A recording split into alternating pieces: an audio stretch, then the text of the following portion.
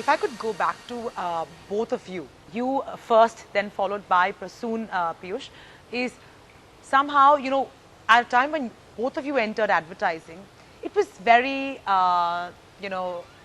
English-centric. It was very westernized. I'm talking really about the era of the Alec Padamsis, Bal Munkars of the world. And so the entry for this people who are ethnic in their thought was a bit tough, limited. I really want to talk to you about your journey in actually, getting the whole Indianness in advertising, which are, both your specialities, and, getting that rustic feel, which then was looked down upon and, was not encouraged. So that personal battle and the battle with people who were ruling the roost then. See, it's, Prasoon's much younger, I came in much earlier. It was 82, and I did not feel the problem of that till 87, because the need was coming through. The need was coming through, and already when I was a client servicing person, some of the other senior client servicing people used to come to me and ask me to write their stuff in Hindi without telling the creative directors. So the need was being felt, and when in 87, Mr. Maniar, late Mr. Maniar and Suresh Malik, they spotted that there is a need which the clients are conveying to them, that as we have gone heavy on TV, which started big time in 82, we need somebody to understand the country. And so yes, the initial path was of a bit of resistance, because when I said Patli Gali, I was brought in as copy chief Indian languages, and everyone was asked to give me some accounts which were very India-centric or very ethnic-centric. So they all gave me accounts which they didn't like. And in the process, they gave me Fevicol, they gave me Asian Paints, and they gave me what made my career. So, and success of those early campaigns, starting with Chal Meri Luna, started opening up minds.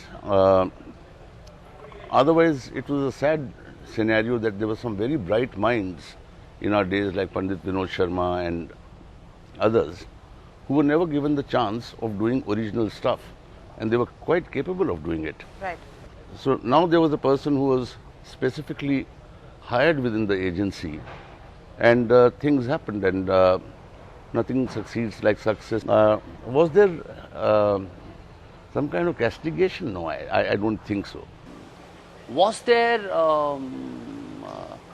a certain high-handedness or certain hierarchy in people's head towards people who came from a smaller town? Yes, it was.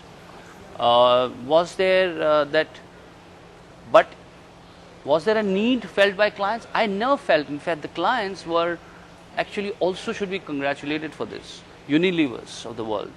I remember interacting with them, and I remember interacting with Cadbury or Asian Paints or Unilever, where they would welcome the way you think. I get your point, but I want you to focus on the inner dilemmas of an individual, which is within the agency, right?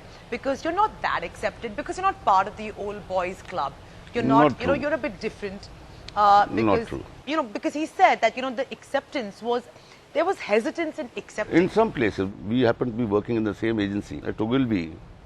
We were actually, I was already creative director Mumbai when Prasoon came in. Piyush, what I would say, there was no resistance and the need was felt. But at the same time, the cultural fit was a little less, because the majority learnt advertising, though I don't think advertising is something which we did not have in our country earlier than it came from the West. But the way it was practiced, we primarily were learning it from the West. We were primarily the way. So there was a certain bias towards the people who had Western education, who had the exposure, who could speak a certain metaphor or a certain lingo, as to say, versus the people who did not know that, especially off work. Even if professionally you were finding atmosphere where you could sort of express yourself and your ideas are valued, off work, a lot of time you spend together, the kind of language people are speaking, probably you are finding that you speak a different idiom, you use a different language. जो examples आप use करते थे, those things were different than which were advertising culture were used to. So there were, I think, Prasoon, I won't call it resistance, but I will say yes, there was a cultural difference. You and I did not face that problem. Not that I'll much, tell but you why. Because I had come with a background which was no lesser than anybody else's. I had done my master's at St. Stephen's. You had done an MBA. Yeah. So if there was a hardcore hinterland person who came, I think he would have these problems. Personally, we did not have. That's exactly what I said. Piyush, professionally, we did not face that problem. Yeah. In a workplace, in a boardroom, we did not face the problem. But if you ask me culturally, yes, I used to feel that a certain milieu. The resistance wasn't resistance, but the cultural insecurity differences were there. And you felt that off work, when you are communicating, the jokes you are talking about, the stories you are telling, probably are certain alien stories to them. And that time you felt, probably that more. Yeah. So that was the thing I was thinking.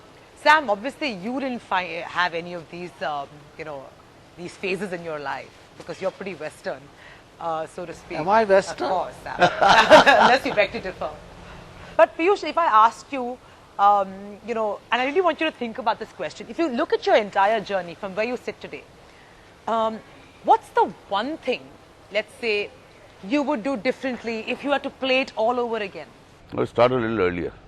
When did you start? In 82, I started in client servicing, and 87 I came into creative.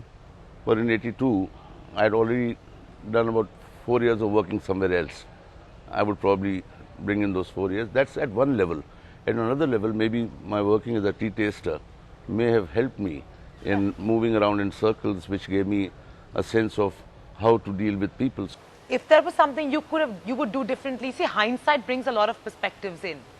Professionally, I have, responded to the situation I was thrown in by life, and I responded to it in best possible way, the way I am equipped to. I would do the same. If you had to play back your entire career, I need not have waited 16 years to start my entrepreneurial journey, and possibly, the bit of aggression that Madison is now 26 years old. I mean, I think we could have shown aggression a little earlier. I think our real growth came 10 years after Madison started. I think maybe we should not have been so cautious. do you see the younger generation, and you'll see them and you'll meet them and interact with them every day, and as you all are influentials of the industry, it also comes with a lot of responsibility. What would you say to, if you observe the younger generation today? Do you see, at some level, do you see yourselves in them, or do you just find them very different? Do you find their motivations very different? I think times have changed. At their stage in life, when we were there, our information was much smaller. These people are well informed, they are much educated. So there is an obvious state of restlessness. Within that environment, I can only share with them is that give yourself or anything that you're doing enough chance. You define the enough. But you never know what you might have quit a bit too early just because of restlessness. Give it that chance. That you will not hang around at an Ogilvy and Mather for 32 years like me. I'm not holding it against you because your times have changed. But give yourself that much of a chance. It's almost like saying, today if Virat Kohli turns around and says, okay, I've got 1900s in one-day cricket, now I'll play football. It's a bit funny, isn't it? Harivansh Rai Bachchan, the Bachchan Saab's father, had written this poem called Madhushala, in which he writes a couplet which says, Apne yug mein sabko anupam gyat hui apni hala. What he says is that in every era, everybody felt my drink is the most unique drink. Correct. What I'm drinking, nobody had before. The fact is, it's changes, life changes, forms and shapes, but the fact that the fundamentals of life, truths of life, always are there. It's just that the context changes, and the context does change. Get you. Sam, what is your impression from Well, my younger view, generation? I'm noticing a few disturbing trends. I think whilst ambition to grow in stature, grow in position, grow in money terms and all is all very good, because ultimately that drives you. I dare say that I very often see this desire for growth and this ambition for growth being counterproductive. Because, then if you're so obsessed not with getting your current job done and living your life, but where am I going to be tomorrow? Will I get that promotion? Will I get that new account? What should I do to get the new account? Should I undercut? Should I take this guy for a drink? Should I do that? I think there is so much obsession with growth all around because of the environment we live in, that and especially in the area of advertising and marketing, that I think it is a little counterproductive. I hate to say this, but